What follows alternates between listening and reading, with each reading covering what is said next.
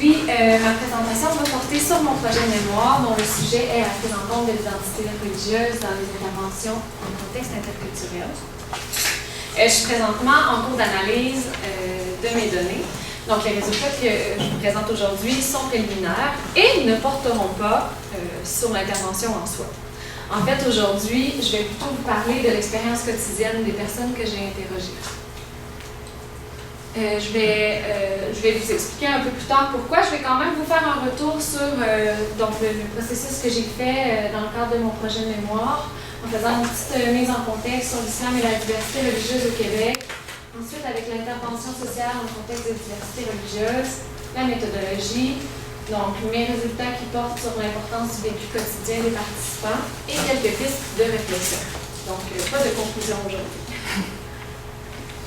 Les origines nationales et les différentes appartenances des nouveaux arrivants sont de plus en plus diversifiées depuis les années 60. Donc, la diversification des vécus et des cultures amène aussi l'arrivée de nouvelles appartenances religieuses.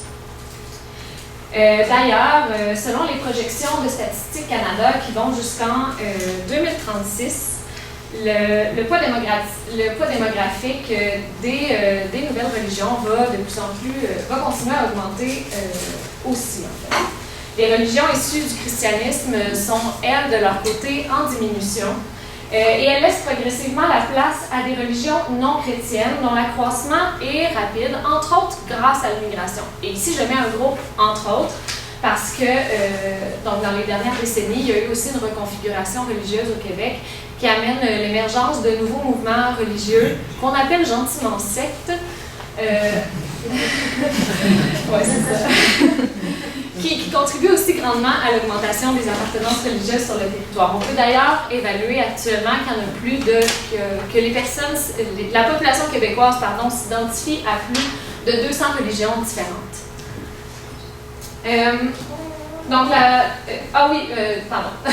D'ailleurs, les nouvelles religions qui ne sont pas issues du christianisme devraient représenter, toujours d'ici 2036, de 13 à 16% des Canadiens. L'islam n'échappe pas à ce constat-là. Sur le territoire québécois, alors que ça représentait environ 108 000 personnes, en 2011, c'était plutôt plus de 243 000 personnes. En ayant doublé en 10 ans, l'islam représente maintenant la seconde appartenance religieuse en importance sur la totalité de la population immigrante acceptée sur le territoire québécois. Les religions issues du christianisme sont encore en première position. Sans refaire l'histoire de la gestion du religieux au Québec en remontant jusqu'à la Révolution tranquille, ça vaut quand même la peine de souligner ici quelques débats récents qui s'inscrivent après le 11 septembre 2001. Après le 11 septembre 2001, parce que cet événement-là représente une plaque tournante sur la scène mondiale par rapport à la perception face aux religieux, spécifiquement l'islam évidemment, mais aussi les obsessions sécuritaires qui en sont découlées. En effet, toute personne pouvant être identifiée comme musulmane ou comme arabe peut devenir ainsi une menace potentielle. Bien qu'il y ait eu des premiers débats au Québec au cours des années 90 quant à la considération, entourant la gestion du religieux dans l'espace public, c'est surtout l'attention médiatique puis les controverses qui ont été liées à la commission Bouchard-Taylor créée en 2007 à l'approche des élections provinciales qui a contribué à cristalliser la remise en question de la présence des minorités religieuses au Québec et leur capacité à s'intégrer à sa société. Bien que les débats entourant la commission Bouchard-Taylor et les multiples débats qui ont suivi n'étaient pas orientés spécifiquement vers les personnes musulmanes, elles se sont rapidement trouvées au cœur des controverses. Devenant le symbole de l'altérité par l'excellence, on a progressivement arrêté de désigner ces citoyens-là par leur emploi ou leur pays d'origine, ou encore le fait que c'était des citoyens qui sont entre autres musulmans, mais bien à travers uniquement cette part-là de leur identité. Certaines caractéristiques associées à l'islam, comme par exemple le hijab, sont devenues les principales menaces dans l'espace public. On le voit très bien avec le projet de loi 21 actuellement, alors que ces implications auraient des impacts principalement envers cette minorité-là. Les intervenants étant pas insensibles au contexte socio-culturel dans lequel ils évoluent, Les débats entourant l'islam au Québec, l'immigration et la gestion du religieux sont des thématiques qui peuvent les toucher autant sur le plan personnel que professionnel. Ils ne sont donc pas à l'abri d'un a priori défavorable basé sur l'appartenance réelle ou perçue de la personne envers laquelle ils vont venir en aide. Dans les cas où la spiritualité ou la religion est négligée ou dépréciée, ça a des conséquences sur la création du lien thérapeutique, puis ça peut ultimement mener à l'abandon du suivi. En contrepartie, dans le cas où l'attitude et les interventions sont en congruence avec le système de valeurs et de croyances de la personne, ça implique plus d'investissement de la part de la personne aidée et ça aide à sa persistance dans le temps. Donc, c'est les éléments précédents qui m'ont amené à m'intéresser au point de vue de personnes immigrantes de confession musulmane qui ont vécu une relation d'aide, mais aussi le fait qu'il y a très peu d'écrits qui traitent de la considération de l'identité religieuse dans la relation d'aide auprès de personnes issues d'immigration. En effet, dans ma recension d'écrits, j'ai pu trouver des exemples aux États-Unis, mais qui se passaient surtout en contexte d'homogénéité religieuse. Donc, par exemple, d'un catholique à un catholique, pour l'utilisation de la foi ou de l'appartenance religieuse de la personne dans le cadre de l'intervention. Dans les cas où j'ai pu trouver des recherches qui ont été effectuées au Québec, c'était uniquement le point de vue des intervenants qui était exploré. À ça, j'ajouterais finalement que bien qu'il y a plusieurs approches d'intervention qui existent en contexte d'intervention interculturelle, tout d'abord, en travail social, c'est peu enseigné, le côté interculturel, et dans les approches qui existent, en général, l'aspect religieux est simplement abordé comme un autre élément comme l'un des éléments de la culture, sans plus.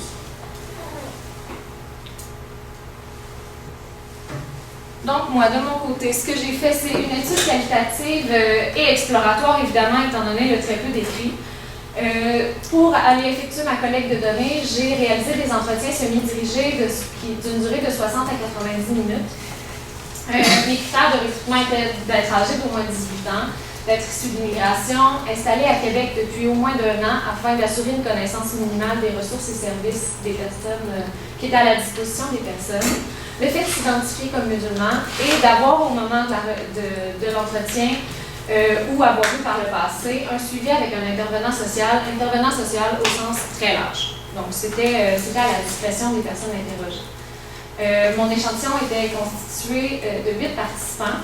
Et dans l'optique de considérer la personne dans sa totalité, puis ça c'est peut-être mon petit côté intervention, mon guide d'entretien a été basé sur l'approche interculturelle systémique.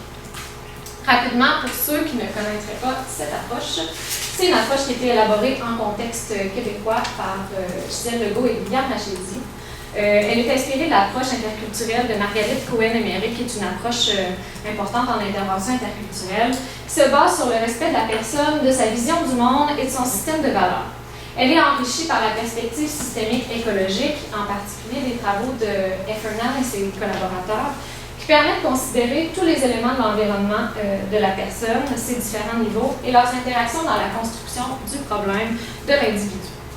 À ça, on ajoute également la perspective critique de l'antiracisme pour considérer les limites qu'impliquent les rapports majoritaires-minoritaires dans l'intégration des immigrants et des réfugiés. Finalement, l'approche interculturelle systémique inclut également l'histoire de la personne.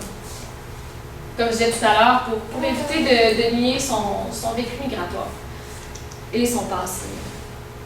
Donc, j'ai mis ici rapidement un petit tableau de présentation des participants. C'est simplement pour représenter la diversité de mon échantillon. Donc, il y avait des hommes et des femmes qui ont participé à la recherche.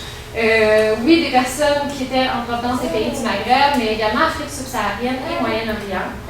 Des participants étaient issus d'immigration récente, mais il y avait également plusieurs personnes qui étaient au Québec, installées à Québec. À Québec, en fait, c'était toutes des personnes qui étaient installées à Québec depuis leur arrivée au Québec, dont certaines personnes qui étaient là depuis plus de 20 ans. Puis finalement, j'ajouterais aussi que les participants se différenciaient beaucoup de l'un à l'autre quant à la façon dont se transpose l'islam dans leur vie respective. Donc, on allait vraiment de quelqu'un de complètement athée à quelqu'un qui fait, par exemple, ses prières 5 fois par jour.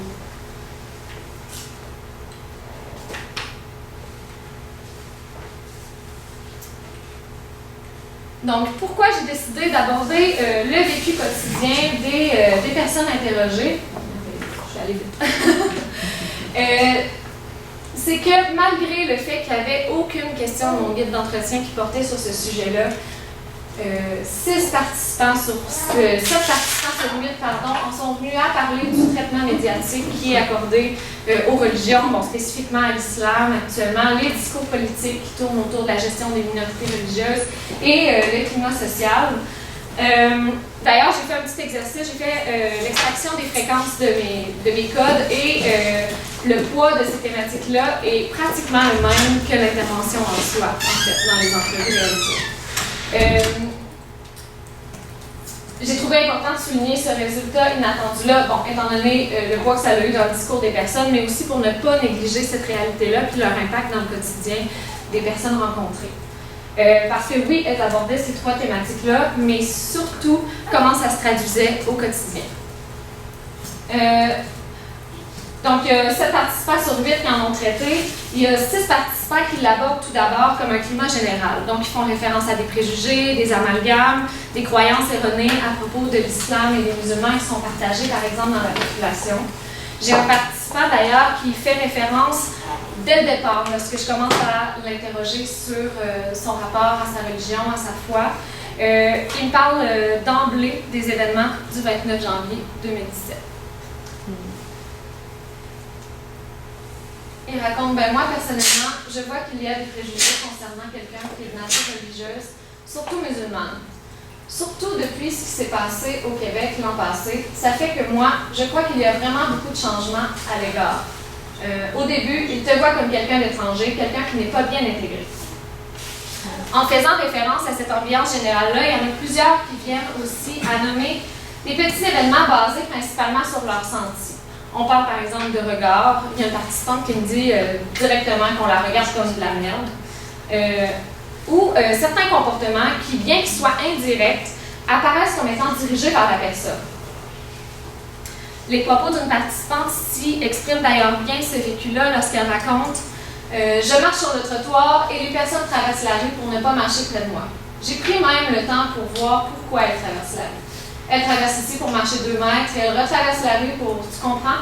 Alors j'ai constaté que c'est à cause de moi. » Parmi les 3 participantes, bon, c'est à noter que j'avais 4 participantes qui portaient le hijab. Il y en a une dont le vécu se différencie un peu des autres parce qu'elle était d'immigration, ben, je pense que, donc c'est une hypothèse personnelle, qu'elle était issue d'immigration très récente. Temporaire, en fait, elle était étudiante étrangère, ça faisait à peine un an qu'elle était au Québec, puis elle demeurait sur le lieu de ses études, donc je pense que ça la différencie des autres parce que les 3 autres participantes étaient toutes là depuis au moins 5 ans. Donc ces 3 participantes-là sont celles qui racontent le plus d'événements de ce type, et ce, autant au quotidien qu'au moment de recevoir des services publics, où il y en a une qui mentionne par exemple, des fois on a des regards dans les hôpitaux et tout ça. Un regard comme ça, d'une façon un peu... Parfois c'est comme on est servi, mais parce qu'ils sont obligés de le faire. Pardon, on va attendre un peu. Les événements évoqués par les participants vont parfois jusqu'à des affrontements verbaux plus directs. Ça peut aller de commentaires brefs, comme par exemple le fait d'être traité d'importé, à des gestes physiques plus violents, faits de façon détournée. Il y a une participante qui rapporte, par exemple, de recevoir dans les lieux publics des coups de coude au passage et des choses comme ça. Ça peut aussi aller à des attaques verbales plus directes, comme l'exemple d'une participante qui raconte ses premiers échanges avec une Québécoise, donc elle venait tout juste d'arriver, et cette personne-là l'a abordée directement pour lui demander pour quelle raison elle portait le voile. J'ai dit, moi je suis musulmane, je porte ça parce que je suis musulmane. Et mais alors tu es musulmane. Et là j'ai constaté qu'elle ne comprend pas pourquoi les femmes musulmanes elles portent le voile. Je ne savais même pas comment lui répondre. Non, non, non, mais vous, les femmes musulmanes, et elle a commencé, vous êtes des femmes qui ne savent pas. Nous, on a fait la révolution pour enlever tous les signes religieux. Vous, puisque vous êtes venus ici, vous devez faire la même chose, vous devez faire la révolution. Les propos évoqués ici expriment bien le vécu donc, de celles qui portent le hijab. Donc, même si elles l'évoquent au moment où je les interroge sur leur rapport à leur foi comme un élément fort de leur identité, comme même une deuxième peau, Elle en parle principalement en le liant aux événements négatifs qu'elles ont vécus depuis leur installation à Québec. En effet, la majorité des participants qui ont vécu des attaques directes en contexte social sont celles qui portent le hijab. Elles évoquent d'ailleurs plusieurs autres événements similaires à celui qui est rapporté ici par Marine. À travers ces événements-là, il faut souligner également qu'elles mettent de l'avant le désir d'être acceptées telles qu'elles sont. Finalement, bien que les participants ne parlent pas directement d'attaques verbales ou physiques qu'ils qualifieraient de graves, ils font beaucoup référence au vécu d'autres amis, d'amis et de connaissances qui auraient vécu bien pire qu'eux.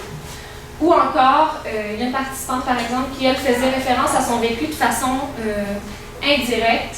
Elle parlait donc des discours politiques et de leur impact sur le climat social. Et elle expliquait, on dirait que comme ceux qui n'ont pas montré leur vraie face commencent à réagir parce qu'il y a des agressions sur des femmes, des gestes, moi-même, ouais.